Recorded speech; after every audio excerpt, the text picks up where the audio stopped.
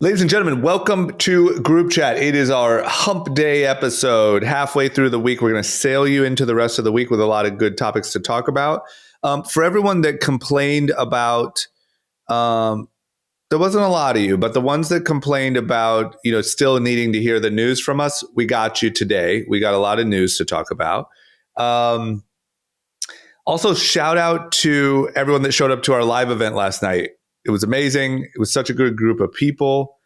Shout out to Lo Ciento for hosting. But man, I'm sorry that I know we sound like a broken record here, but it really blows me away, like how great our audience is. And like, you could have told me that was like, I don't know, like a company party you were doing, D, and can I show up? Or maybe even one of our friends' birthday parties. Like, it just felt like a group of people.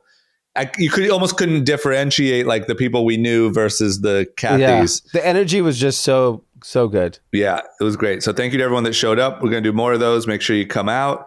We got a lot to talk about today. I mean, sports is just maybe biggest sports story of the decade. Just dropped. Big tradition. We're big on tradition, and we're going to talk about it. We have some real estate news. Specifically San Francisco. We actually get into a little bit of, what do you want to call it? Political theory. I think we figured out how to change the system. And we're going to go ahead and sort that out here on this episode. It's actually solved. Apple released a new headset. This is the episode where we now do our winners, losers, and content recommendations. So we're action-packed today. Great episode. We're going to sail you through the rest of your week and into the weekend. Who's ready?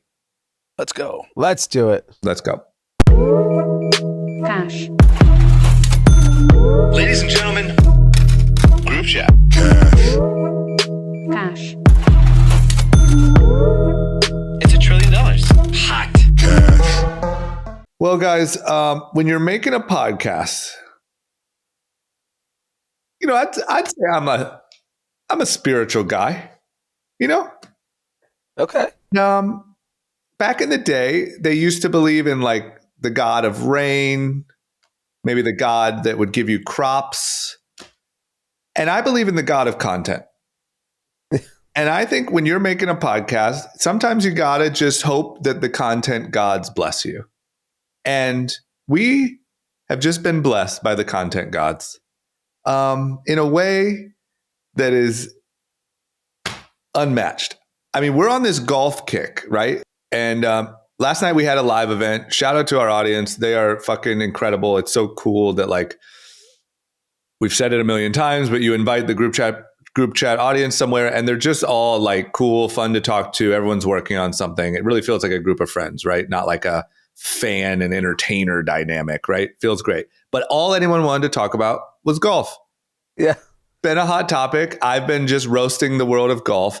And then out of nowhere, yesterday morning, golf content of the last fucking decade falls into our lap after all of this battle, which we've talked about a lot between the PGA Tour and LIV. They have merged with essentially, and I just want to be clear here, I don't really look at this as a merge. I look at this as the Saudis came in and took over the whole thing. Well, so see it how you want to see it, but they're now are all one. And I have this so is many opinions. monumental when it comes to content. I'll let D go first. I have 100 thoughts on this. I would say I would say it's not in business. In the business of sports, I would say this is one of the biggest news ever. Like not just golf, but like in the concept of the sports industry globally. Like it's like when an iconic team goes for sale and an owner gets it. That's one thing. You own a team in a league. Yeah. Yeah. They own the sport. You bought the whole fucking league. Yeah. They bought the whole sport. There's nothing else. Yes. And I think people were very blindsided by it because, like, to give people context, if you don't follow golf or you're not interested in golf in general, the sport of golf, the industry of golf the concept of a country club has always been exclusive. And exclusively white. Yeah, and exclusively not like and not all white either. All whites don't matter here. Yeah, Jewish people aren't welcome at certain country clubs. Yeah, and so when you think about, Drama's a white male, and he's talking about his experience at they country don't like clubs. these. They don't like all this ink on the arms. That gets you out of the group real quick. I think the most fascinating thing, and we're going to get into all the details of what happened, but it's a sport that just has not allowed for a lot of change, has not ever been welcoming to a large group of people, most people. And now the craziest news, I would say, in to me, sports history. I would say sports history and cultural history too, because of what the impact it has and what the golf culture has represented. So if you go to any country club in America, 80-90% white. Yeah. For the most part. Yeah. If not 99. Yeah. Yeah, I would say closer to 99. You'll have 99 is probably the right. You'll have a few token Indians. Yeah. You'll have a few token famous black athletes. Yeah. You'll have a few Asian doctors or business people. Let me tell you, there's going to be no L, no G, no B, no T, no Q. No plus. Not in a country club. So that is golf culture if we want to actually, especially at the highest level, which is what the PGA is. Yes. Right? It's representing, because you hear like the Masters, you can't have your phone, you know, it's impossible to get a membership. Condoleezza Rice is like their famous like minority member. Token minority. And it's literally, you have to be the Secretary of State to get into the Master or Augusta to be in the member. So it's like the reflection, like I want to paint the picture of elite golf culture. Yes. And then I think that's correct. And I think to give people more context, LIV, if you don't know what LIV Golf is, LIV is the Saudi-backed golf league that launched last year. Yep. And they launched out of the gates by paying some of the best players in the PGA insane amounts of money. And they offered basically every top 20 guy was offered a LIV contract. So the rumors was Tiger was offered $750 million. Rory was offered $400 million. Phil Mickelson took the bag. 200. Yeah. I think Brooks got like 150. Bryson got a bag. Two things I heard real quick. Two things I heard was Rory's claiming he was never offered any dollars. I don't know. That sounds a little weird, but that's what he's claiming. Also, I heard that Hideki Matsuyama, because he's so big internationally, he was offered close to Tiger money and turned it down. This guy flies Spirit. Did you see that? Phil Mickelson. And there's famous footage of him after he won the Masters in the public airport, heading home with his Masters jacket in his hand. Like, he could have used the $700 million. Yeah. I'm not saying it's broke, but I'm just saying $700 million. Come on. So continue. Yeah. So I think what happened was when this whole thing happened last year, it caused panic in sports in general, because what happened is that it showed that if you come with the money, the best talent in the world will join you. And it upset the establishment of golf that, one, it was breaking, like, the one thing that irritates me in general about life is this word tradition. That word irritates me, because it is implying that something that happened a long time ago, we have to keep fucking doing it. For what reason? Like, we're allowed to evolve. It's like people like, oh, you grew up in LA, you got to like the Lakers. No, if they suck, I do not like the Lakers. That's my tradition. My tradition is hopping on the team. I'm a Miami Heat fan. I am not a Laker fan anymore. They're losers. So the tradition concept... That's totally different than what we're talking about. But that's fine. That's fine. He's super anti-tradition. The thing is the tradition of like golf and sports, specifically like we follow sports, so that's something that impacts us. But like even in tech and finance and all these types of things, people say, this is what we traditionally do. Why? So I don't have to do that. And it's a free country and a free market. And so Saudi Arabia came in with a novel idea. with something that Greg Norman has been pushing for like decades. And Phil Mickelson, to be clear, he's the one that criticized the PGA, saying that they're making so much money, they're corrupt, and they're not paying the players what the players deserve. Yes. And when the Saudis came and offered the money, he took the bag because he's like, I'm not getting compensated properly. Phil, there's like 10 guys that draw in professional golf. Phil is one of them. Yeah. And obviously Tiger, Rory, all these guys. Yeah. But Phil's like, you guys are a corrupt organization. Phil's notoriously not liked in golf. So everyone wanted to shit on him. Dunk on him, yeah. And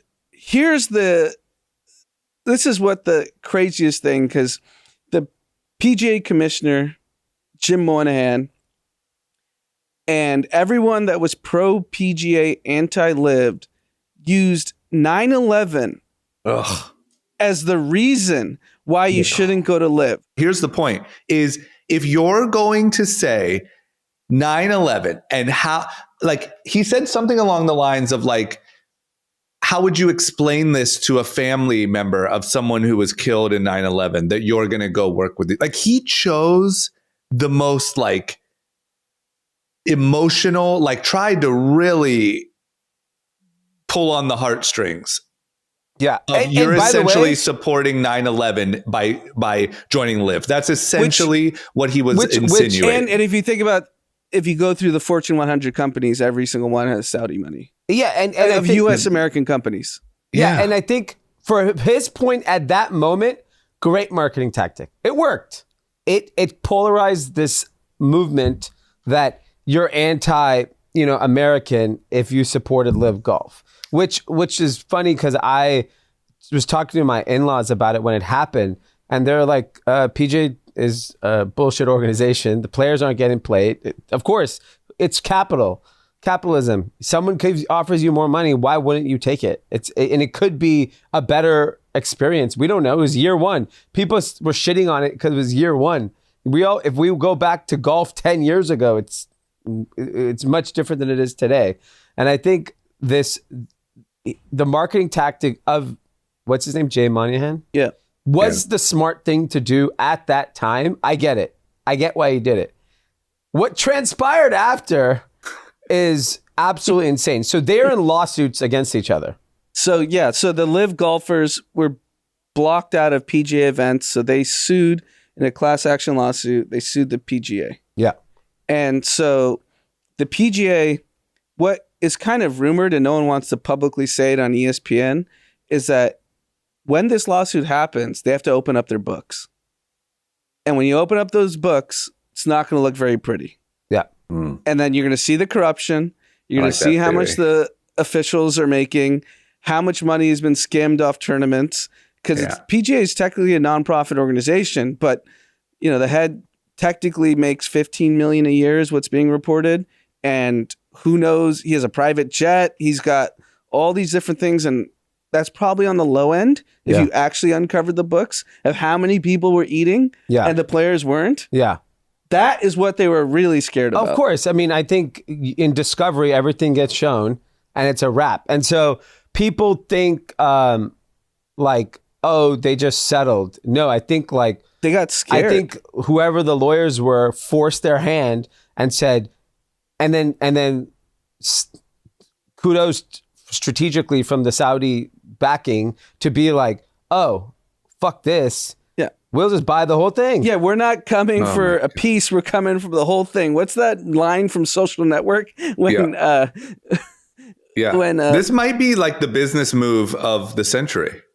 Yes. From the Saudis. Look what they did. Look what, if we're probably somewhere in the ballpark of reality. Because here's the thing. If you're really all like superior, like PGA and our tradition and blah, blah, blah, and I can't believe you try to destroy golf. We know PGA makes a lot of money, right? We know they're not like about to go bankrupt. So why else would you do this? Why wouldn't you just keep your quote unquote superior product, print your money? Like something had to have happened. The Saudis had some leverage point that they were able to exploit. And so to be able to come in, start LIV, pull the top guys, to a year later, pull the whole thing and essentially own all of golf is the most savage business move that I have ever seen in my life. It's incredible. and it angers the golf establishment. Let's be clear. It has nothing to do with the 9/11 families. That was marketing, like D said. Yeah. What it has to do with is now you have a Middle East Arab owner. Yeah. And that's who you report to. Yeah. White Just to be establishment. clear, because everyone keeps saying Jay Monahan's the NBA. CEO. I hear Rory, he just did a press conference and he's like, well, Jay Monahan's the CEO, He's so not technically, anything. No, so technically LIV has to answer to Jay Monahan. No, dude. okay, No. Yasir Al-Rumayyan is now the chairman. That's your daddy. Of the newly He's the created- chairman of White America. a PGA golf entity. He owns golf. Yes. He owns And golf. by the way, like, I knew they took it seriously because they obviously are pouring a lot of money. This is the big dog they put. He is the governor of Saudi's $620 billion investment fund. He's the chairman of Saudi Aramco, which is a multi-trillion-dollar company. He's the chairman of EPL's Newcastle United, board member at Uber and SoftBank, and right hand to MBS. That means they're not messing around. They care. They're not messing around. Yeah, they care. This is a big, to the Western world, guess what? You guys will bow down when money matters. Yeah. So stop with your moral bullshit Yeah. across everything. Everything. Everything. It just has to stop. That's my problem with golf. I just want to say, this is why this ties into what I've been ranting about, is Yes. fuck the fake moral superiority or the fake tradition no, of it's time. a Yeah, gentleman's sport. You tuck in and no, we're different. You're not fucking different. You're just like everybody else. It's a fun game. Let's all relax and untuck our shirts, right? That's my problem. Is there's this fake, like, we're better, we're elite, and it's bullshit. And even at the top of the PGA Tour, and we're different, and you have to answer to 9/11 families and blah, blah, blah. A year later, you did the same shit. You are Phil Mickelson. It's the same. If you go back and listen to what these guys said, it's crazy. And it's all fake. I hate when shit is fake, and it's this fake holier than thou shit. And that is my problem. I think the PGA should replace Jim Nantz with DJ Khaled as the announcer for golf. Yeah. I mean, Yasir could do that. Yasir could do that. He He's loves the Khaled. boss. He's the boss. Khaled. It's not Jay Monahan. Yasir is the boss. They're putting MBS is actually the he's boss. the boss, but sure. Yeah. They're investing $3 billion into this new for-profit entity. They consolidated the European Tour, the PGA, and LIV. Yeah. He's the boss. What he says goes. Yeah. And Rory did a press conference this morning. I don't know if you saw it, Drama. I did, yeah. Poor guy. I feel bad for him. Stop playing golf then. Yeah. He shitted on everything. I hate LIV. I hate this. I hate that. Don't show up. Yeah. I know. Yeah, that's fair. I think he's just it's too much to swallow, because Rory was the guy. But my point is, like, if you want to be like, this is where, like, even Kyrie Irving gets credit. He didn't show up. Yeah. He didn't agree with the policies. He's like, I'm not showing up, and I'm not going to take my check. And you can cut me.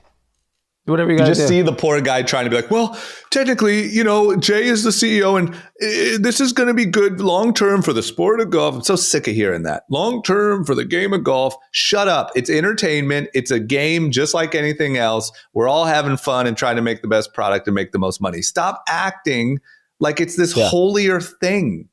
It's That's not. what pisses me off, man. Yeah, You're golf the same. And that just got proved on a whole nother level. If the NBA sold to Saudi Arabia, that would be insane. And essentially, the entire sport of golf just sold to Saudi Arabia. And you guys just spent the last 2 years acting holier than thou. I you love have to eat that. But Saudi did it strategically because the NBA is diverse fans. Yeah. It's not just an exclusively one race organization. Yeah. They went to America. Yeah. They took the widest thing possible and said, we're buying it. Yeah. And you guys are going to say shit. Look, and I think... I love it. Get Khaled in there ASAP. Yeah, Khaled needs to be on the broadcast for the U.S. Open next week. All right, Khaled, they're kicking it over to you. Yeah. Jim, that shit was golf. crazy. They didn't believe in you, Phil. They didn't believe in you, Phil. Yo, Rory didn't make the shot, but God did. Yeah. I mean, they might fuck around and make him CEO. Do it. He should be the face of golf. Yeah, it should be. Do it. And look, here's what I honestly think. Financially, I think it's going to pay off for them. For sure. 100. It's going to be... And marketing. Marketing. So now you're going... Like, if I'm Yasir, everyone on the tour, you got to wear a turban. 100%. Shake it You up. got to wear it. So the Masters technically isn't a PGA event. And I was telling D last night when we were on the way to the event, I was like, the Saudis should make an event that weekend of Masters. Winner gets 100 million. Yeah. Last place minimum gets 10 million, and just end the Masters. Yeah. You Well, absolutely Rory could. will go. Yeah, Rory would win. He can finally win another It'd be Masters. Rory versus Michael Block, and Rory would win. Yeah. It'll be I mean, Masters. think about it. If you competed on the same weekend of the Masters and you said last place gets $10 million. Look, I actually don't think, if I look at it strategically, I don't think Saudi Arabia and this new establishment of golf is trying to go to war with the sport. Like, I actually think they're going to play ball. They're going to play ball. But I just wish they had a little fun with it, to be honest. yeah, look, I don't think even at this think they'll point, need to. I think it's over. They own the sport. So what? There's a few tournaments that they don't own. That's fine. Yeah, you guys go have your fun. This is the funny thing about golf, which is so different than the NBA, is Moynihan did this all privately. Tiger didn't know. Rory didn't know. Well, I was talking to a friend who listens to the podcast, and he's friends with players on the tour, and they found out on Twitter. They didn't even tell the players. They knew the players were going to hate it because they screwed them. Yeah. They screwed all these players. And look, we'll have to see. I actually think like Rory's going to have to sit down with Yasir, and Yasir will write him a check and say, you know what? You're going to start talking nicely about me and my country. Here's a little 75 piece for you. Shut the fuck up and go do that press conference when I tell you to go do it. Yeah. I think they're going to pay everybody, give everyone like a part of the action. And they're going to, because they want the stars. What my broader point was, it's kind of a reflection of golf culture. Like, this one guy went privately and met in Venice and London and the Middle East with the Saudis to broker this deal the last 2 months without notifying Tiger. Tiger is golf. Yeah. Let's be very clear. No one would give a shit about golf. They kept saying they were a players' league. Yeah. Nothing happens in the NBA without LeBron's approval. Yeah. The bubble almost shut down unless LeBron said he wanted to play. Yeah. Yeah. It's a joke. It's all a fucking joke. And it's just, I'm so glad that they got handed this L to all the golf, because you know who got the biggest L is all the golf like purists. That's who's the most pissed. Oh yeah. And all the fake, like I said, elite. It's just like, I can't even think of another time that there has been a more public like reversal in business. They went so hard for so long about how terrible the Saudis are, and Jamal Khashoggi, that incident, and all of these things. And I can't believe you're going to touch that money, even though we would always talk about like how much Saudi money is in American business. It's everywhere. But they would go so hard. They pulled out all the cheap shots, the 9/11, the everything. And then you did it. You did the same thing. And it's better because of how elite golf culture thinks they are. Yes. That's why I the love funny it the part most. about it. I mean, golf is proven now it's the ultimate sellout. Ultimate. Yeah, this is like a group of people that you have never included in the golf scene. Yasir couldn't even get on 99% of country clubs until today. And now everyone has to let Yasir on. Yasir just picked up his membership at Augusta. And he probably kicked out some old white guys. Hey, this is my locker now. Yeah. I want to be clear. What I'm a fan of is like, I think golf is really fun. And when I go with my friends, we have fun. We're listening to music. Everybody's drinking. It's actually fun. What I don't like about it is this weird old tradition of all this extra proper bullshit. It feels fake to me. It feels like not what the pros are actually doing, not what we're actually doing. It's all a front. And that is what I think sort of got hit by this move. And I like that. The Saudis also help Bel Air with their clubhouse, since that seems to be falling behind. It seems a little slow, right? I bet Yasir. Yasir just read a check. He's like, I can't. This is disgusting. Fix your country club. Oh man, I have so many enemies at these fucking country clubs now. Yeah, man. I guess it's supposedly not good to celebrate someone's, loss. But man, this one feels really funny. I think it's a huge loss for the sport. No. The loss is for the golf purists. They got their ass kicked today. Their ego. The elitists got their ass kicked. But other than the books being open and showing the massive corruption that the PGA golf business is, the other aspect of it is they apparently went to the sponsors to ask them to increase the purses because LIV was kicking their ass with all these guarantees.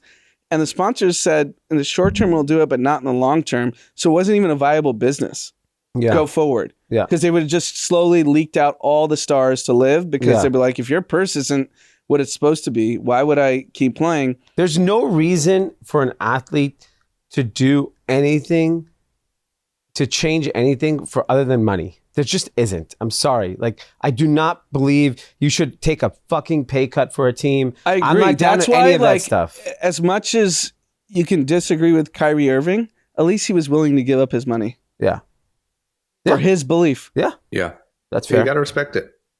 Man, it's just, what a hell of a day. What a hell of a 48 hours. I was so happy. It made my morning. I saw the news and I went in all my text threads and I have a lot of golf purists, and I was saying, Hamdulillah. Yeah. Call me the BB from now on.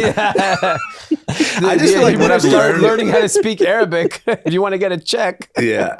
Like a pattern I've learned is that anytime anything is like too like formal just because, or too many rules just because, there's usually something hiding in there. And I think all this like fake golf, we're so much better, how could you work with the Saudis, you just got so exposed that was all fake. That was just all self-interest. There was no actual morals, there was no actual tradition, there was no actual love of the game, none of that.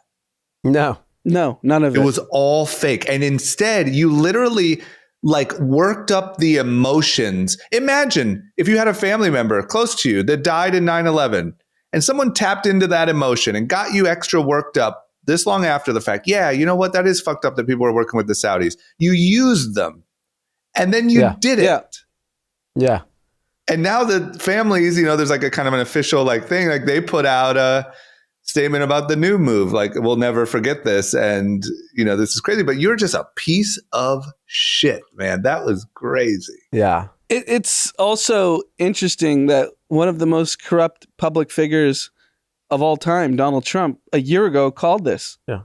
He said the PGA is a bunch of corrupt people. They're going to end up merging. They have nothing. And I'm sure go he get was. Your money. He's intimately knew. He gets the CIA docket every day for the last 4 years before. Probably there's some note like, "Hey, PGA official, he's corrupt." I mean, Donald Trump's also very close to the Saudis. He's just he does business with them, so it's like they probably said, "Hey, we're gonna make a play for this." Didn't Jared Kushner get like $1 multi-billion-dollar investment? $2 billion, yeah. Yeah, so they know what's up. They probably pulled him aside and said, "Look, we're going to own this whole shit. Just give it a year." Yeah, and so I think it's great for golf. I think it's great for the players. I think it's great for Saudi Arabia. Do you think it lowers the stiffness in country clubs in America? Country clubs, no, absolutely not. But maybe public courses, maybe the sport has a tone of a little bit of ease after like 2 years. I think that could happen. I think DJ Khaled honestly could be lightly integrated. I think that, I think we could make this thing a little fun. I'm not saying he's actually like, kicking off the tournament at the first tee, but like, I think seeing how hard they went with LIV the other way of just like fuckery and craziness, you'd have to believe that the overall sport would get a little looser. Yeah. I think the tour does evolve and it focuses more around entertainment.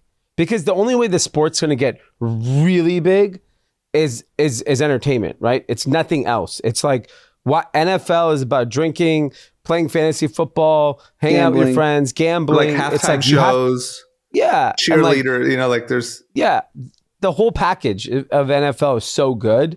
Integrate that into golf now. Go hire.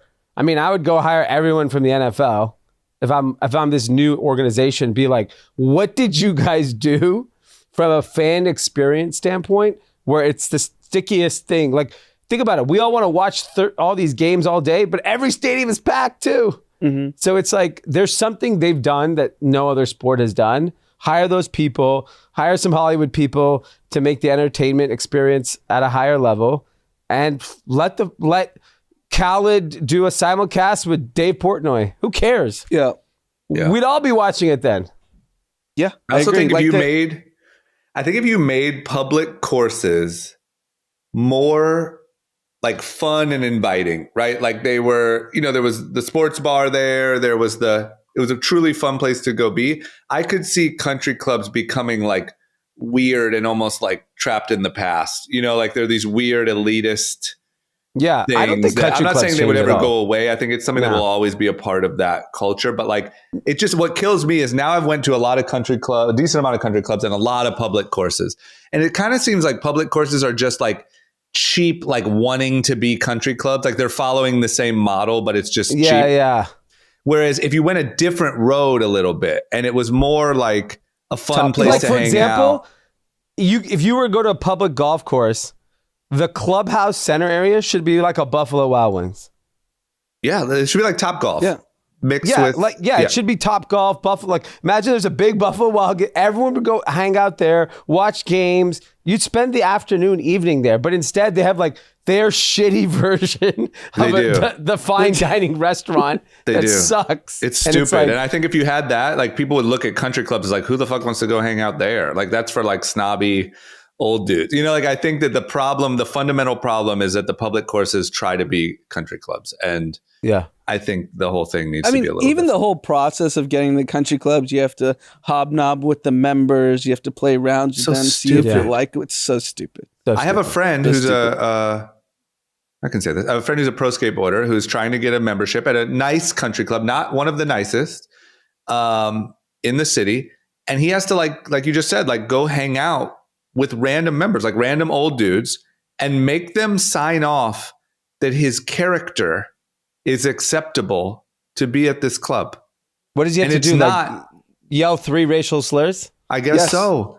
And it's not LACC, Bel Air. It's not any of those. And you still have to do that. And I don't know. Maybe I'm wrong and maybe this won't age well, but I can't picture myself ever being down to do that. To go be judged on my character by 3 random old dudes. Yeah. And think about it. If you can join, and if think about the self-respect you have to have, or lack of self-respect for yourself.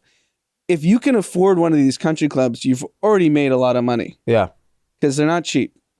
So you're a wealthy person that's like, I'm going to go kiss like 3 55-year-old ass. Yeah. Of this guy that's like a salesman at a fucking, like, a lead salesman selling fucking washers and dryers. No chance. You're going to fucking judge me so we can play golf. And what else? I mean, you take a shower, you put your stuff in a locker and you golf. I'm not getting my character judged for that by some random dude and pay like $100,000. It's crazy. But it's crazy more than that. But it's crazy that how many people subject themselves to that. Yeah. All right. I think we should get to some news. Okay. Well, while we're on sports, there's one other big sports topic. Messi. What's going on with Messi? I'm not talking about the PGA LIV merge being Messi. I'm talking about Lionel Messi. So talk about being like progressive and structuring a deal. So Lionel Messi, PSG, right? That's the team he used to be on. He was also getting like, $700 billion to go play for Saudi Arabia. The rumor was like $450 million a year. $450 million, right? Crazy money.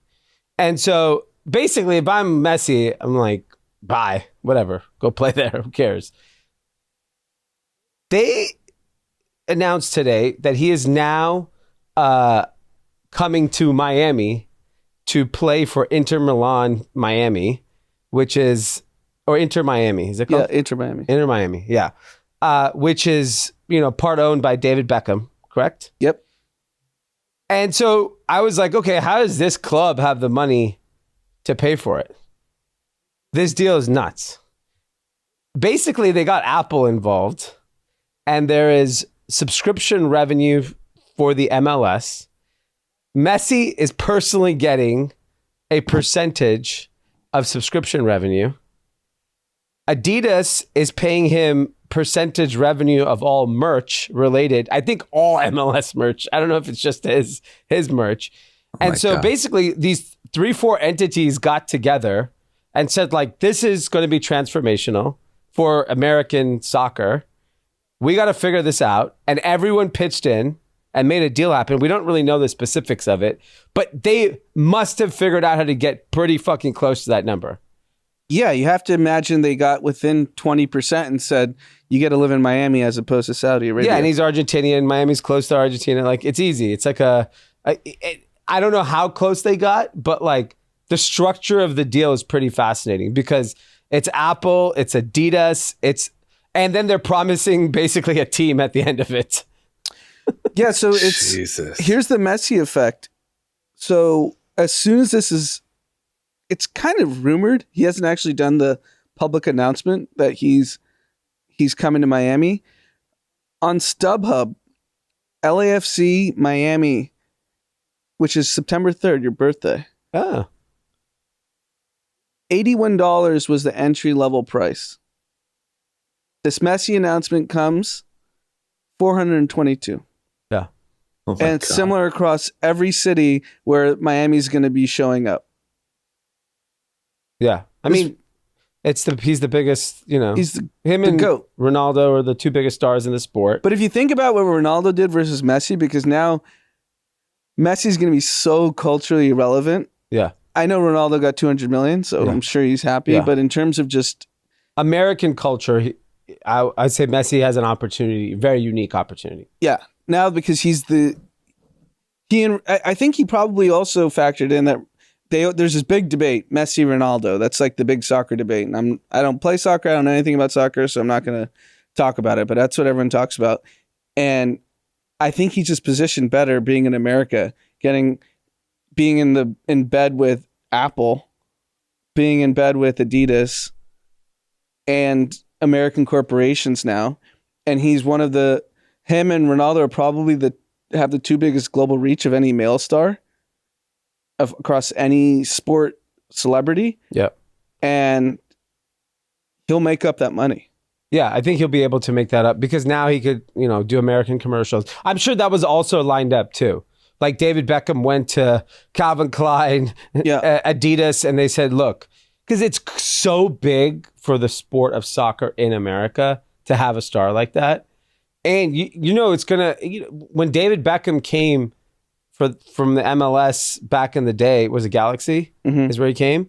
It was like a pretty big impact that I think, if you look at it, that was starting the rise of MLS. MLS is blockbuster now, right? Like these teams are worth a fortune. Stadiums are packed. Like people who follow the sport love it.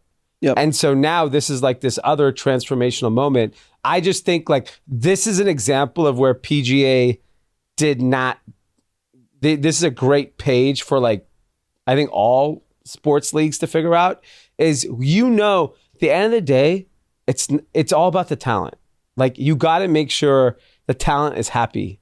And so they figured it out. They did some voodoo math and got Apple involved.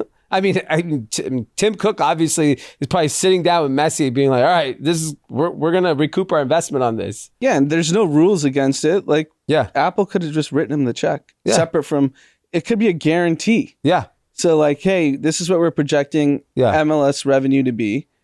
He's going to drive ratings crazy. Yeah, through globally. Globally. Yeah. Everyone's going to want to watch him. And yeah, it's smart. Yeah, it's pretty awesome. I like it. I just like the creativity of the deal. Yeah. Because I think people think everything this is back to like tradition. Yep. Like, we have to, no, you can, like, if the Lakers want Ronaldo to be on the bench, you can figure it out. There's a way.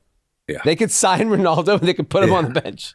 Yeah. Well, I also think leagues just need to be a little more open-minded because I think they're all going to be disrupted once everyone realizes streaming doesn't work and the cable bundle is dwindling. Yeah. The money's not going to be there. Outside NFL. Outside NFL, yes. I think this is a great example the PGA, Saudi, and then this soccer example are something that like MLB, NBA should really take notice and being like, we got to change shit up. Yeah, you can't be like the collective bargaining agreement, all that. Rip all that up. Yeah. Do you want to stay relevant or do you not? Yeah, because like I think you gotta think past the next TV deal. You gotta think they're all gonna get the next one. I don't think they're getting the one after that unless things change. Well, you woke on in here was listening to a podcast around masculinity, right? Mm-hmm. And what was the statistics you were sharing? Every youth sport across the board is declining in America except for golf. Baseball, basketball, football, everything. Yeah, and so you asked me, what do you think they're doing? I actually don't know what they're doing. Is it because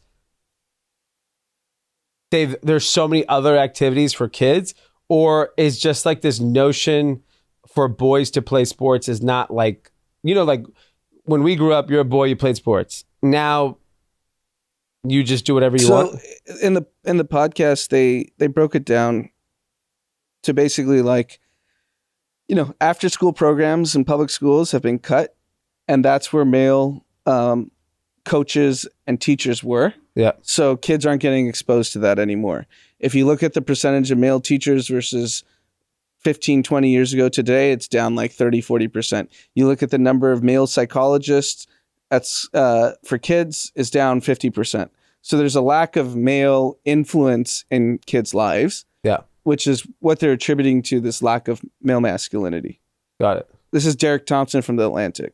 Got it. I also just think if you add the whole new career path, this has never existed before, but of like influencer. Like, I just think if you're a kid, like sports are fucking hard. Yeah. Like even I remember like trying to do like whatever the lowest league of football was. And I remember like I must have been 9. And I remember being like, this fucking sucks. Like it is so hot and I have all these pads on and like I quit. And if you look at like Drewski and like these people and you're like, I want to go that route. I don't need to be an NFL player. That's what I want to be. And why would I go sweat and get yelled at? I don't know. I just feel like that's also must be some part of it. I think this idea that like you could be a creative also gives you an outlet that of like, I can. Like you could be David Dobrik. David Dobrik probably hasn't sweat in 10 years. When you talk to a lot of these folks, the younger folks that have popped on social media, they're like, man, I grinded it out for 6 months and I popped. 6 months. Mm-hmm. 6 months. Yeah, like I gave my life to this. Yeah, but like if you want to make the NBA, you have to basically grind it for 15 years. Right. Yeah. And then hope to give up your childhood. Yeah, you give up everything to make it. Or any professional sport, right? Like golf, tennis, whatever it is. It's basically decades of hard work to maybe get the slight opportunity to play professional, right? And so I think that has a big part to do with it also. Like imagine when you see these people, like, I don't know, Logan Paul and them are pretty crazy. Like you don't want to go be Jake Paul and get beat up. But like if you see like David Dobrik or like those type of people, Drewski's like the biggest thing in the world right now. He's in every commercial during the playoffs. You compare what that path looks like to even little league sports, it's tough.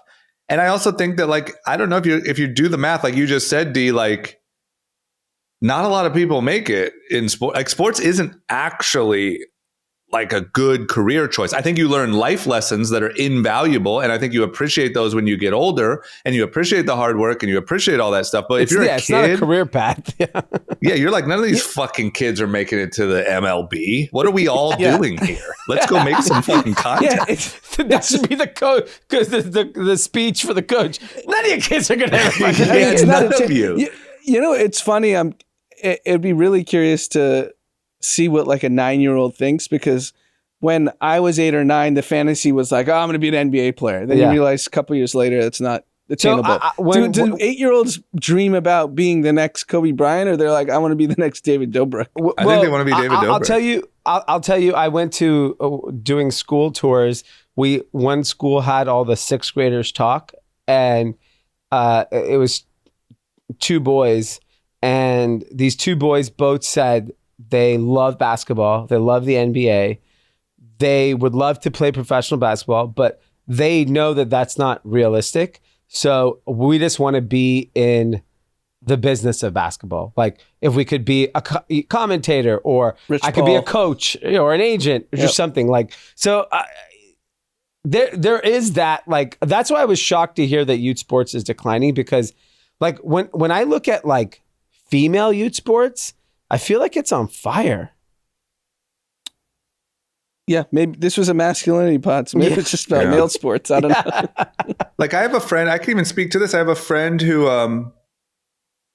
at the gym who's a boxing trainer, who my guess would be he's young, he's early 30s. He would, if he kept on this same path, one day be in the boxing Hall of Fame as a trainer. I really believe that. Like incredible trainer, so awesome, whatever. And he came to me the other day and said, hey, I think I'm going to like ease up on this stuff a little bit and start making content. Because it's like, you see all these people that are like breaking down fights and doing commentary on what's going on in the boxing world, and they're making money today. And you're like, yeah, I could invest the rest of my life and maybe like I get a big fighter, and maybe, I don't know, what's the holy grail is Freddie Roach. And maybe I'm in the boxing Hall of Fame when I'm 60, or I could go today and start making YouTube ad revenue for breaking down the latest fight that just happened. Like, I get it. Yeah, it's tough. I also think it's why, like, maybe I'm wrong here or misinformed, but, we talked about, we start to see more and more athletes from other countries. And I think like one thing that's interesting is like, all the biggest influencers and stuff are, like that's an American thing that's happening in America. Yeah. And I feel like in these other countries, those things are still a path. In the Dominican Republic, baseball is still a path to get out and to make millions of dollars, where I don't know that they as much look at like, I could go be an influencer. Like, I just wonder if that'll increase the international participation. I think American athletes are wrap. Well, because like in America, an influencer could make athlete money. Yeah. Mm-hmm. And I think the problem with youth sports, or at the most elite level, like in basketball, because of NIL, you can start getting paid 10th grade, 11th grade. So it's just how many Instagram followers do you have? Yeah. So they're doing the dances, they're focusing on content, while the guy in Lithuania is just shooting threes. Also, you got to see like where it's going to go. Like, after all the years of basketball and Michael Jordan and all that stuff, look, I know Michael Jordan's a billionaire from shoes like way later, right? But essentially LeBron James, I would say, is like the first like borderline billionaire while still on the court, right? But after all of that time, that's what it took. I think in the next 5 years, we're going to see a handful of influencer billionaires. Like Mr. Beast will be a billionaire. I think Logan Paul will sell Prime and be a billionaire. I think you're going to see a few of them. And I think Kylie and Kim, they're both billionaires. Yep. Who? Kylie and Kim. Exactly. But I think, when Mr. Beast becomes a official billionaire, I think that's going to add a lot of fuel to this. Like, why would you go to Little League football and get the shit kicked out of you? This guy just became a billionaire fucking handing out money. This is sick. Speaking of handing out money, San Francisco, my favorite city, it's full on under siege. Like, I don't think people appreciated when those retailers 3, 4, 5, 6 months ago just started closing their stores and say, "Hey, we're Nordstrom, we're out of here. Starbucks, Walgreens, we're out of here. We're out of here. We're just like closing locations." Yeah. And now people are even more surprised of what's happening. So this is insane. So if you've ever been to downtown San Francisco, specifically in Union Square, there is a Hilton that is massive. Mm-hmm. It's like a city block. Yeah, maybe like literally the full city block. One of their iconic hotels. Iconic, humongous hotel. Like, I've stayed there so many times. The owner of this hotel just gave in the keys. He had what, 750 million left on loans? Yeah, 750 million left. And it's just not a viable business. Yeah. That's ultimately, it's happening in San Francisco more than other places, but every real estate project's levered with debt. Interest payments are coming due. And the debt needs to be refinanced. And what people are realizing is the equity is worth less than the debt. Yeah. So the math doesn't make sense. So you can't even sell the property for as much as you're borrowing it. So the owners are just giving the keys back to the banks. And this is actually... So what the hell is going to happen? Because now so whoever owned the Hilton, who's the equity, had a vision for the hotel and how to keep it up and, how to like market this thing. Now you're just giving it to debt holders who aren't in the business of operating hotels. And he's basically said that like whoever represents the group, they said like between street safety, influx of people into the city, like there's no tourists. There's no tourism. It's basically like there's just not enough people to fill these rooms, and they don't want to come here anymore. And so I think like, and you're seeing vibrance in other cities. You are seeing New York surge out of control, right? Like complete highest rents ever in terms of residential. You walk around the city, the energy is packed. Hotels are so goddamn expensive in New York City right now. Everything but office is working. Everything, yeah, it's booming. And traffic is bad. Yeah, traffic is bad. It feels like a bustling city. I do believe, like, when you look at San Francisco, 10 years, I mean, I think people already have come into the conclusion. It is a function of, like, bad local political leadership that allowed the decay of the city, and the radical change that has to happen like through local politics to actually bring it back is so insane. Like it can happen fast in terms of like new leadership, but like to bring people back into the city is pretty fucking hard, especially given like, Cathay Pacific is giving, Hong Kong government is giving 500,000 free tickets to come to Hong Kong to kind of get we don't have resources like that in this you state. Can't make the call. You can't, it's like, you got to call Yasser and he's got to say, I'll bring back San Francisco. He can bring back San Francisco. Yeah, he's like, here's $2 billion for tourism. Go bring, like, if you were the mayor of San Francisco and let's say you had no political agenda except to bring the city back, what do you do? I mean, if you want to think outside the box, you hold a music festival and have the Beyonce, Taylor Swift spend $500 million and get people to travel from all around the country to come see this. And then they see, San Francisco's nice. Instantaneously clean up the crime and the homeless problem. I mean, that's been one of the worst cities hit by this stuff. And also like, I feel like there's so much like willful blindness. Like one of the things that I saw, I'm sure this happens all day long and they complain about it like on the All In pod and stuff like that. I don't really pay that much attention to what's going on in San Francisco, but I did see that when that guy, the Cash App guy, was stabbed and people started obviously saying like, geez, the crime in San Francisco is so bad. Like there was like a whole wave of people that were like, oh, shut up. Like it's not that bad. See, it was a personal dispute. Now do you feel stupid? Like there's this weird willful blindness. And like, what other data do you need?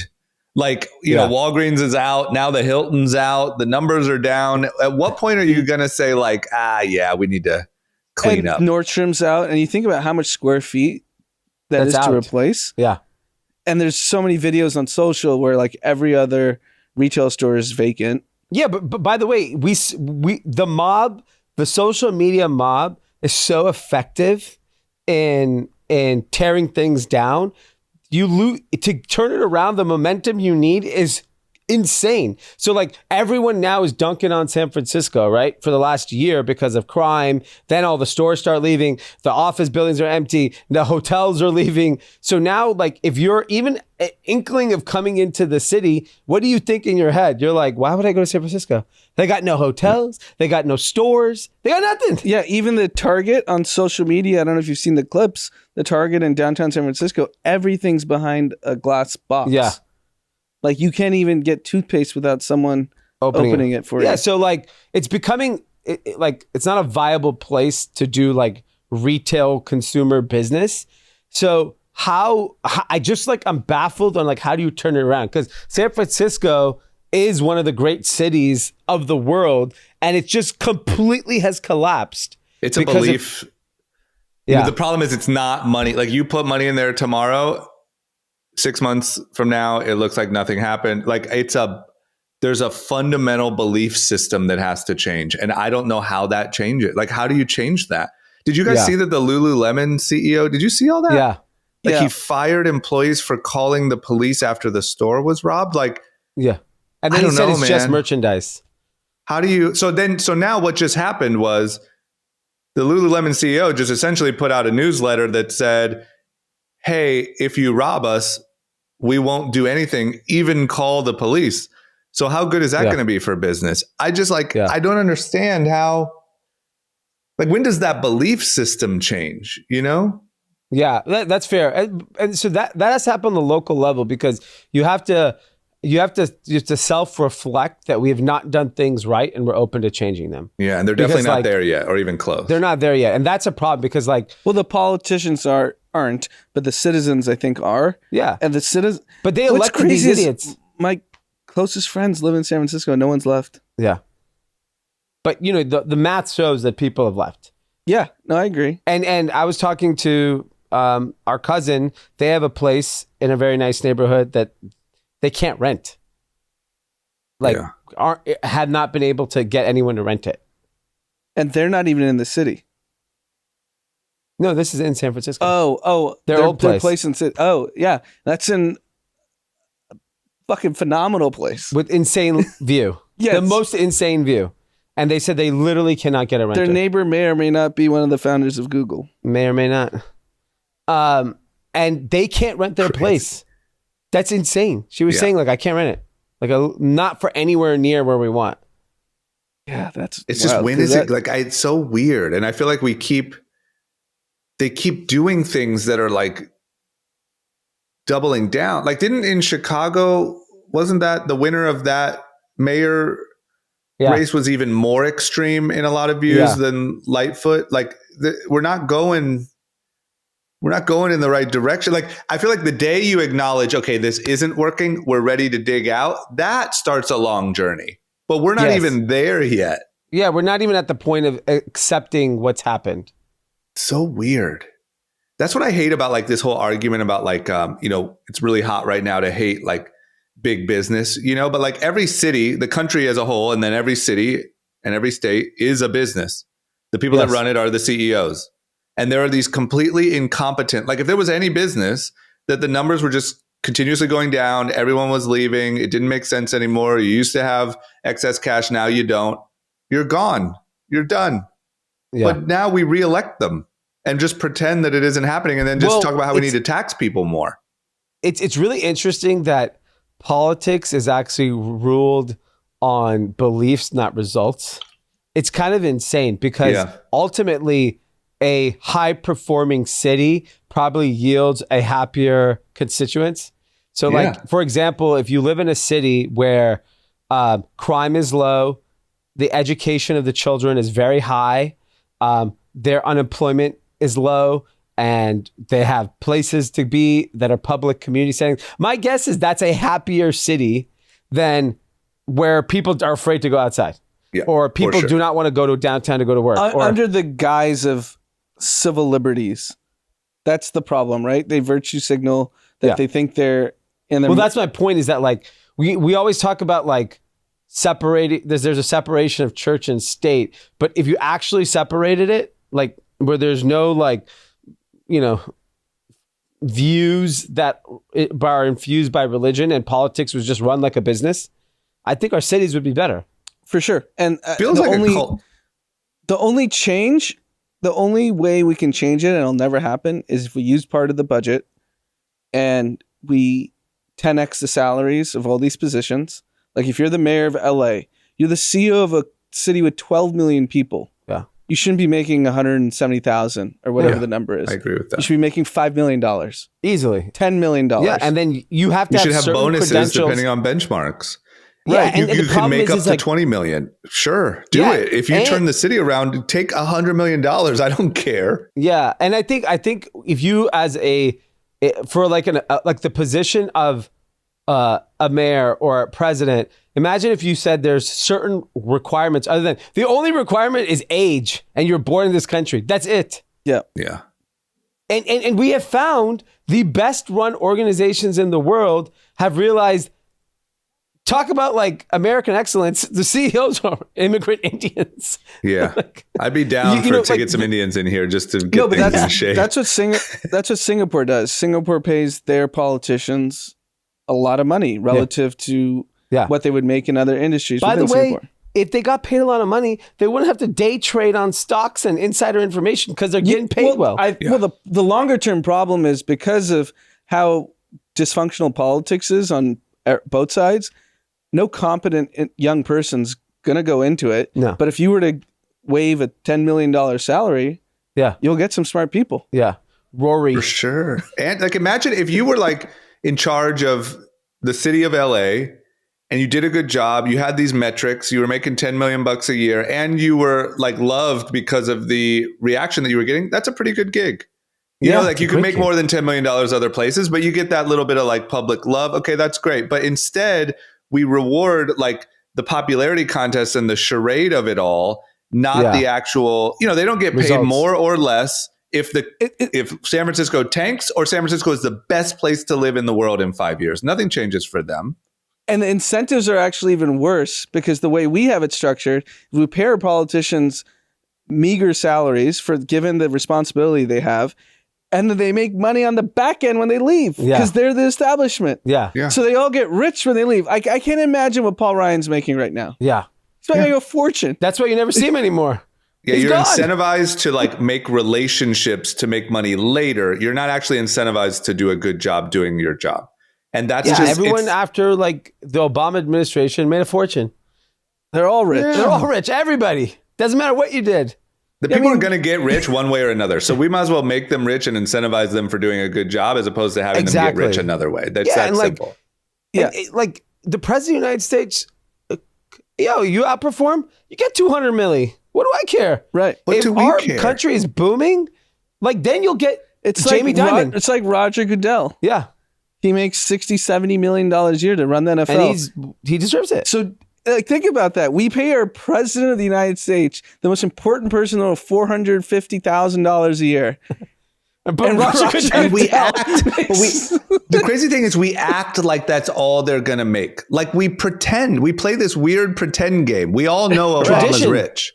We all know, like we know. But we act like, oh, they're just civil servants. Just doing their job for the benefit of people. Like, what the fuck are we doing, man? The incentives are so misaligned because if Obama made $400 million a year, he wouldn't be doing speeches for $500,000 a gig or $1 million, whatever he makes. Yes. And then you could say after you leave office, you're still held accountable. We paid you all this money. You're fucking helping us. You're not working for private corporations after you leave office. Yeah. Yep. You're not working for lobbyists. You're not working for private equity firms, but you're going to make a fortune if you do your job well. Yeah. Yeah, everyone talks about this. It's like, how do we keep money out of politics? That's how we do it. You can cut it off with that. You don't have to go to Pfizer and be like, hey, you guys need to stop. You just do that and just align the incentives, make a couple rules about what you can do and can't do after you get out of office. Yeah, I mean, we play this game. Yeah. Imagine you were running a business and people were quitting. People were like getting sick. Numbers were declining. Everyone was leaving. But you were like, but isn't this an amazing place to work? Isn't this such a fair place to work? This and like we all just pretended. Like, vote him back in. And no one pays attention to the actual results. It's so weird. Do you know who's made a fortune that no one even hears about? Is Dan Quayle. Yeah. Fortune. He's the vice president of a one-term president. And he was an idiot. I think you even get kind of in the ballpark and you can make a living. Oh, yeah. A really good living. Like you get... I would love to see Paul Ryan's 2022 tax return. Like the PGA, Bowman. Booming. Yeah. Yeah. Okay. Last but not least, let's talk about, Apple did their big developers conference where they unveiled all their new stuff they've been working on. And I think there's a lot of stuff, no new iPhone. but a new MacBook Air, a lot of new software updates, stuff like that. I think the thing that is getting the most attention is the VR headset. So they have the Apple Vision Pro. There's some hilarious memes online because it's $3,500 and it generated some amazing content. But it's their Oculus, and who knows? But the way that it looked on their presentation looked insane. It looks like, forget all this. You might as well just buy a studio apartment and a Vision Pro, and you can travel the world and work out of an executive office and watch movies in the theaters only. It looked fucking incredible. What do you guys think? So I think if you just look at it through the lens of like what it can do and how it was designed, I think it's incredible. Like it really did. And I think like the headlines, people are saying it's not a VR headset. It actually is way more practical. Like it's basically your phone on your eyes, right? That's like what they've built. Yeah. I don't know how good that is for your eyes if you're just looking at a fucking screen all day. Yeah. But like whatever, that problem will have to be solved later. But I think I like that Apple, this is the first actual new product launch under Tim Cook, which is bananas. Yeah, because AirPods are still Jobs, right? Yeah, I think so. And so it's pretty wild that this is like his big new launch. The features are incredible, like what you could do with even just your motion of your eyes and head movement and FaceTime voicemails. They're all very novel features. I didn't see anything there to me that was a must-have, like where, like I have no reason to buy it. It's $3,500. The charger is $1,000. It lasts for 2 hours. The only reason I'm buying it well, number one, I'll tell you, I'm going to buy it. The only reason I'm going to buy it, number one, is just to see what it's all about. But I think for flights, it would be incredible. I think being on the plane, because it dies in 2 hours. What do you say? If you're going to Vegas, I think being in there watching a movie and just in your own little world, I think it'd be great. So that's what I struggled with as like that kind of money. It is like such a novel item, and I know there'll be an app store around it, and they'll build these use cases of why you're going to have to need it. But look. I'm like, everything Apple does has fucking basically worked. Mm-hmm. So even when the watch came out, I was like, whatever, stupid watch, number one watch of all time. Yeah, by far. So there's no doubt in my mind they're going to sell billions and billions of dollars of this item. I just don't see why I need to have it. Yeah, so that's my question is adoption. Like how many people... I think from a technological perspective, it seems like a marvel. It seems like something that is like a real breakthrough. But I have a different hot take. Okay. And most of my friends are in technology, either as operators or investors in some way, shape, or form in Silicon Valley. What do they say? Everyone's obsessed. Obsessed. Really? They're like yesterday, my chat thread with all my San Francisco friends, it was just nonstop. This is a new platform, blah, blah, blah. Here's my hot take. I think everyone in tech has taken such a beating the last 3 years. They're just between private companies that are impending to be marked down by 60, 70%, public companies that are already down 70, 80%. And the same enthusiasm was for AI is now for Apple. Yeah. And it's just, I feel like people are just trying to hold on to this glimmer of hope that there's something next. Maybe it is, maybe it isn't. It just seems a little biased. I mean, yeah, and look, they don't listen, so I can say it. Yeah.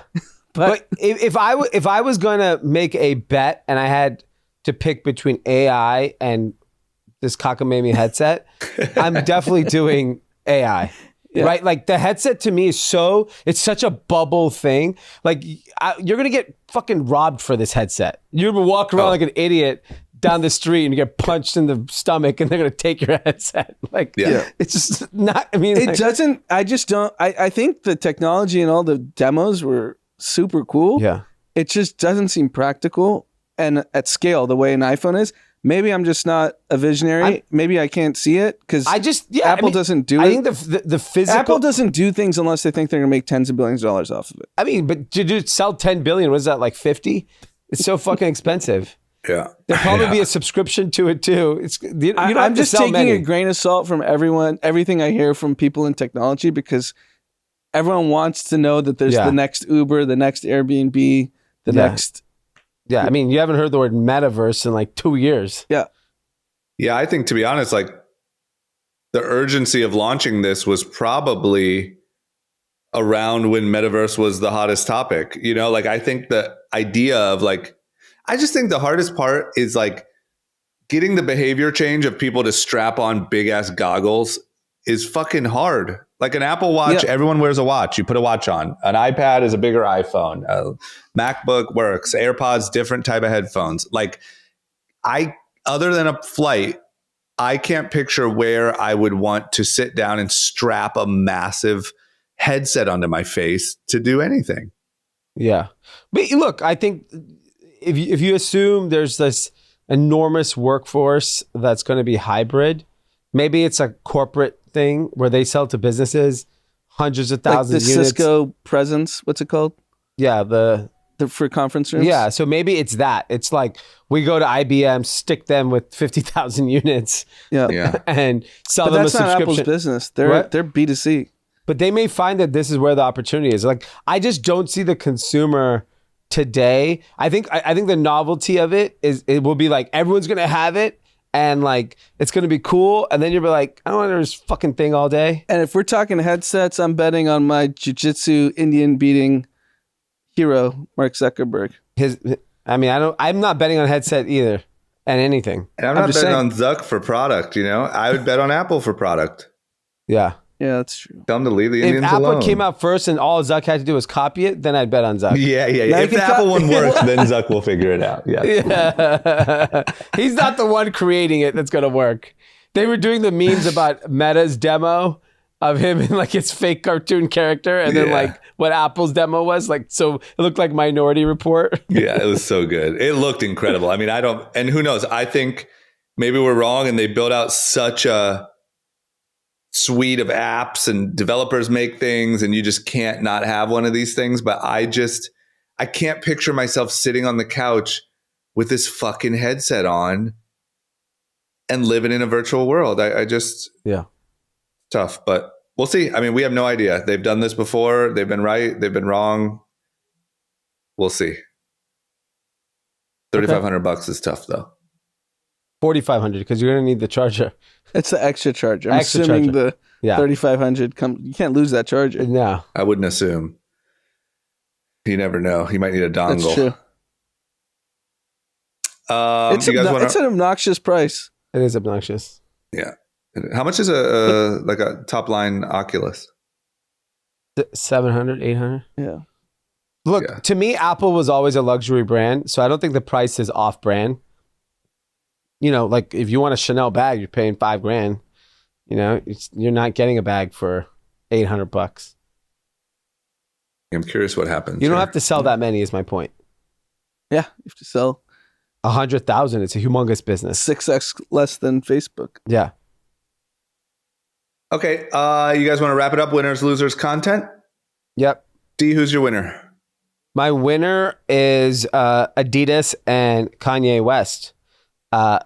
They have found a way to sell off all of this Yeezy product sitting in Adidas warehouse. And last week on Yeezy Day, they sold 798,000 pairs of Yeezys.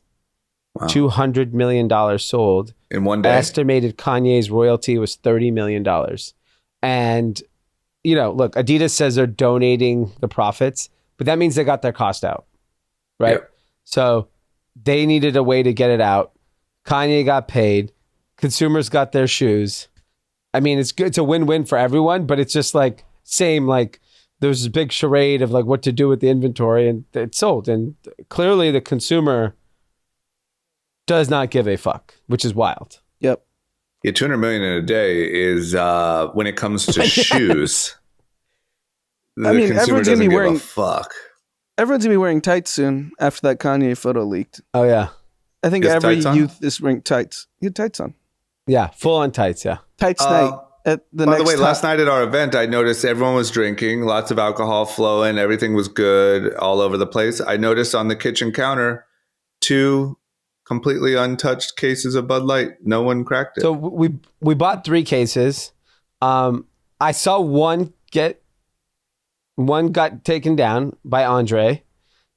He was the only one that I know that took a Bud Light. Yeah. But man, they really gotta. That was almost like an experiment. Work on their like go to a party, stat. drop a case of Bud Light, see how long it lasts. They were sitting there untouched. And we have a progressive listening audience. Yes. No one wanted to be the first. I mean, I even saw Eric Deluxe. I think he chose the other brand that was available. That's amazing. I don't even think people are not drinking it because they're like homophobic. I think it's just like, whoa, it's not, we just can't drink it. You don't want to stand out. You don't want to get made fun of.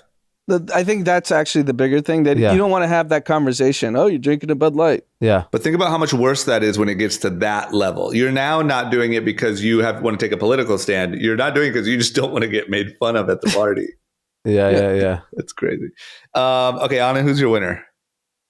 I hate to say it, Tucker Carlson. So he released his 10-minute monologue. I've listened to a couple minutes. Most of it's... You mean his news story or whatever? News story on Twitter.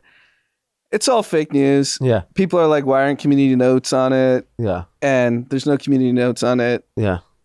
89 million views. Oh man, that's a tough. You know what, Anand, woke Anand, I respect for putting your pride aside and giving Tucker the win. I know that's not easy. But I'm curious, do they count a view, just someone clicking on it? Because I clicked on it and clicked out immediately because it was just all nonsense. Yeah. I don't know. That's a view. I'm sure. I'm sure you contributed. You're one of those. And I'm sure they're pushing it to the top to make sure that everyone sees it. Yeah. There's definitely some algorithmic things going on, but either way, 89 million. Yeah, I mean, I don't think 89 billion people finished the entire 10 minutes, but like... But 89 million people know this show exists. Yeah. That's what's crazy. Because I don't think 89 million people knew Tucker Carlson had a show every night. Yeah. And I saw people dunking on it like, oh, it's not well produced. I'm like, if you get 89 million views, it's going to get better. Not only that, yeah. In my view, the best video content is Dave Portnoy. None of that's produced. Yeah, it's raw. But you know, in 2023, like the dumbest thing you can do is see a video, like literally the dumbest thing that you can possibly do in the world is to see a video with 89 million views and critique the way it's produced. Yeah. It's just, if you haven't learned anything yet, you should learn that. Okay, well, I didn't know that. I can't wait to check it out. Yeah. My winner, I just went too easy on this one, but it's obviously the PIF. I mean, I just haven't seen such a ruthless, effective business maneuvering in probably my lifetime. So congrats. They are now the proud owners of golf and the happiness of a lot of golf purists.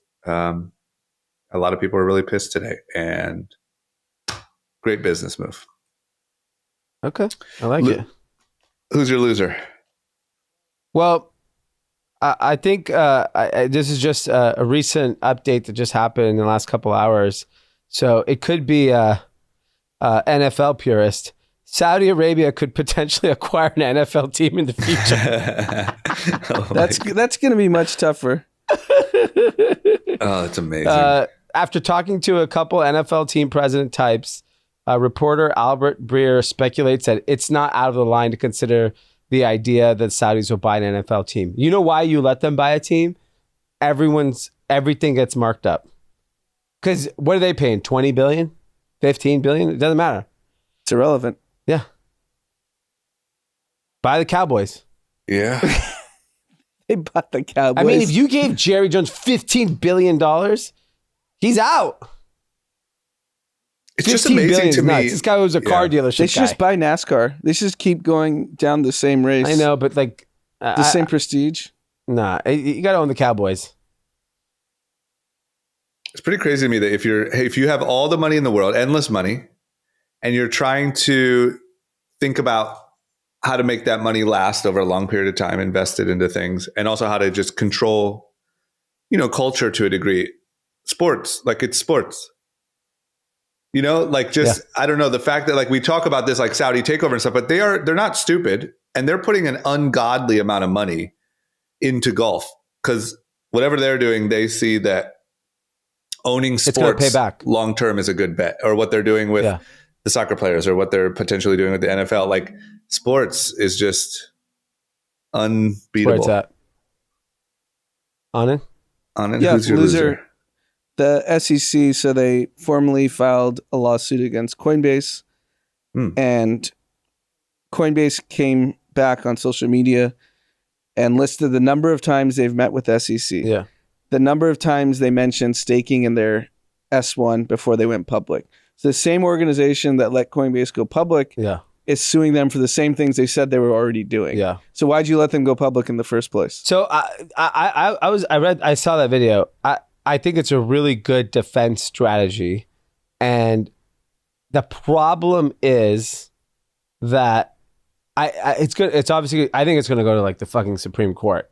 I think it's and the thing is, like with Coinbase, is they've worked with the regulators since 2011. Yeah. Since they actually like launched. Why doesn't Coinbase just leave America? He's threatening. Yeah, I think he has to. I don't think the United States government wants to play ball on crypto. And they listed the number of countries that are crypto friendly. I think it was 33. Yeah. And it's just stupid because, as you know, crypto, whatever your belief is a scam, fraud, I don't care. It's around. It's here. Yeah. Mm-hmm. So why wouldn't you want that tax revenue, that industry, that business to stay within the U.S. and force it elsewhere? I mean, that's why did you let San Francisco crumble? I don't know. And then another loser is, I don't know if you guys saw this, but there was a breakdown of how the CCP had a backdoor into all U.S. TikTok usage. Why is that a loser? I would no, they'd be a winner. So shocking. I'm shocked. I would say they're a winner. But now it's like publicly known. Yeah. Yeah. So we want to let China surveil 100 million people in America daily for hours upon hours upon hours a day. But we don't let Facebook acquire Roomba. Because we're too busy worrying about how we're going to collect a bag after our term, as opposed to know what the fuck our job is. Or sorry, Amazon. Whoever's buying Roomba. Yeah. Whoever's buying Roomba, that's an antitrust. A fucking trash collector. It's so crazy. It's so crazy. It's dumb. Okay. I don't know. I'm too busy celebrating a loss here. I mean, my loser, I just have to, this is the last time I'll do it, maybe this week, but just double down on the golf purists. I think it's over. It's officially over. The days of, I understand golf used to be, this thing, pure, all about the love of the game. We got our button ups on. Things are changing. And I think at LA Country Club, they need to put Yasir right next to Ronald Reagan. Yeah. I agree. It's the right thing to do. So that's it. Easy one. Content. Do you got any content recommendations? Yeah, I have. I love music. I'm obsessed with this kid that is like blown up on TikTok, Little Mabu. I haven't seen him. I don't know him. 17-year-old. He's rapper. His song is called Mathematical Disrespect. You'll see it now. You get served the video. Now we just TikTok. CCP just said. She's gonna make sure I see it. So this 17-year-old kid basically like raps like he's from the worst city, worst life. He's like violence, drugs, all that. He goes to like an elite private school in New York City. It's like a rich white kid. Wow. Oh, interesting. Plot twist. Okay. That's your guy, and he just he's obviously like manipulating this situation. It's unbelievable. It's so funny to watch. Is he in the video? Yeah. And he raps like he's like a adult, like the way he talks. And he's noticeably rich and white? Very noticeably. Yeah. And he just owns it. He just doesn't care. He doesn't care. He just basically like the internet's clowning him and he just gets more popular. And the songs are actually good. Yeah, this song is good. It's clever. It's a clever song. He says he's the king of New York. Sure, why not? Which I think is amazing. Great. Yeah. Good for him. He I saw his on TikTok him going to prom. It's hilarious. Just following a 17-year-old's life. Maybe he was prom king. King of New York and prom king. Oh, okay.